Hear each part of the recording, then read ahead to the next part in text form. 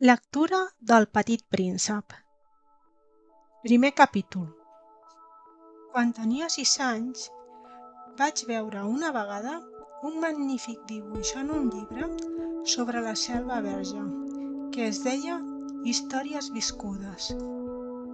El dibuix representava una cervoa empassant-se a una salvatgina. Aquí teniu una còpia d'aquell dibuix. El llibre deia: les serps boes s'empassen les seves preses totes senceres, sense mastegar-les. Després no poden bellugar-se i dormen 6 mesos mentre es fan la digestió.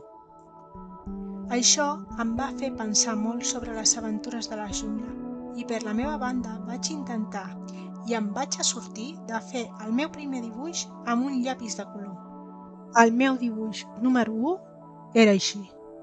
Vaig ensenyar la meva obra mestra a la gent gran i els vaig preguntar si el meu dibuix els feia por. Em van respondre: per què ha de fer por un barret?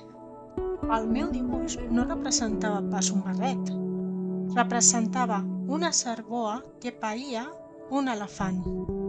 Llavors vaig dibuixar l'interior de la boa, per tal que la gent gran ho poguessin entendre.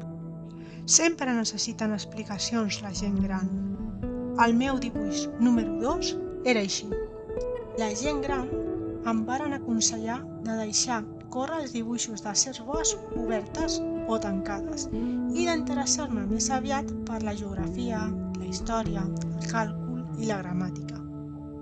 I així fou com vaig abandonar a l'edat de 6 anys una magnífica carrera de pintor. M'havia desanimat el fracàs dels meus dibuixos números 1 i 2. La gent gran mai no comprenen res, ells tots sols, i és carregós per la queixalla d'haver-los d'estar donant explicacions contínuament.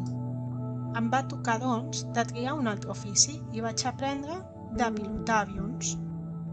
He volat per tot arreu del món i la geografia, això és cert, m'ha servit de molt. D'un cop d'ull sabia distingir si volava damunt de la Xina o d'Arizona. És una cosa molt útil, sobretot si et despistes durant la nit. El meu ofici m'ha fet tenir una pila de tractes amb una pila de gent seriosa.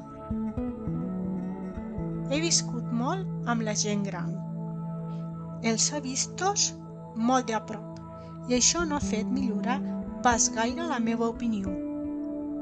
Quan trobava una persona gran que em semblava una mica espavilada, feia la prova del dibuix número 1, que he conservat sempre. Ho feia per saber si era veritablement intel·ligent, però cada vegada em responien: un barret. Llavors no els parlava ni de serps boes, ni de les selves verges, ni d'estels. Em posava al seu nivell. Els parlava de bridge, de política, de golf i de corbates. I quedaven molt satisfets de tractar amb un home tan enraonat. Fins aviat!